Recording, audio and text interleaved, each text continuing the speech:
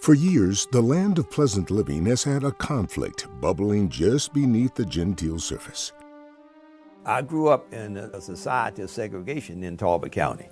And a copper-clad boy with a rebel flag became the focus of two very different sets of beliefs and emotion. But as long as it's not in the public space, we might be all right with that, yes? Come inside the debate between Move the Monument and Preserve Talbot history.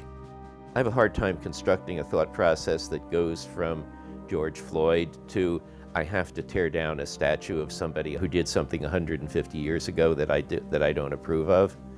How anybody can make that connection is beyond me. I'll give you an example. In my family, my 7th generation grandfather was killed on the plantation. He was doing the work and it was a hot day. He went and got in the river to cool off, and the overseer asked him to get out. He said, "I'll give you the 3," and he shot him on the count of 2. And so he died in the river. The landowner asked why did he do that, and he said to teach the rest of them not to rebel. Why in the world would you want to take that history away and pretend it didn't happen by removing that statue? They were placed here and elsewhere to remind African Americans that nothing had really changed after the Civil War. The reasons he wanted the monument removed, one of the reasons was they only fought to preserve slavery. And I mean, that was a valid accusation, but it didn't really fit with Maryland or Talbot County history.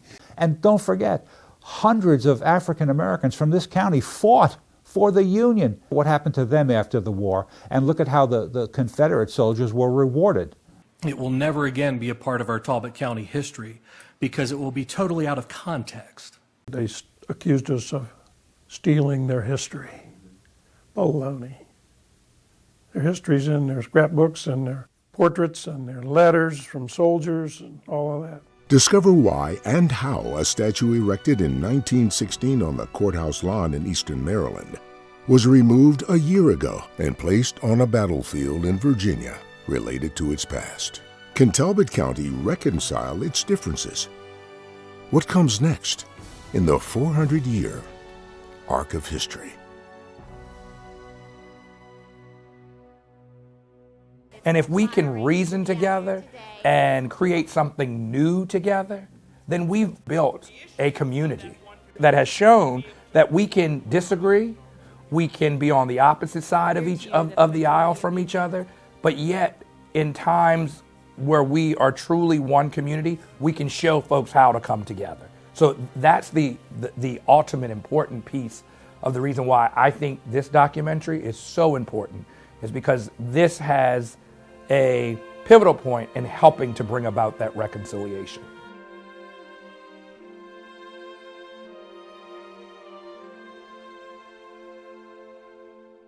We need your financial support to help us illuminate the story of the monumental struggle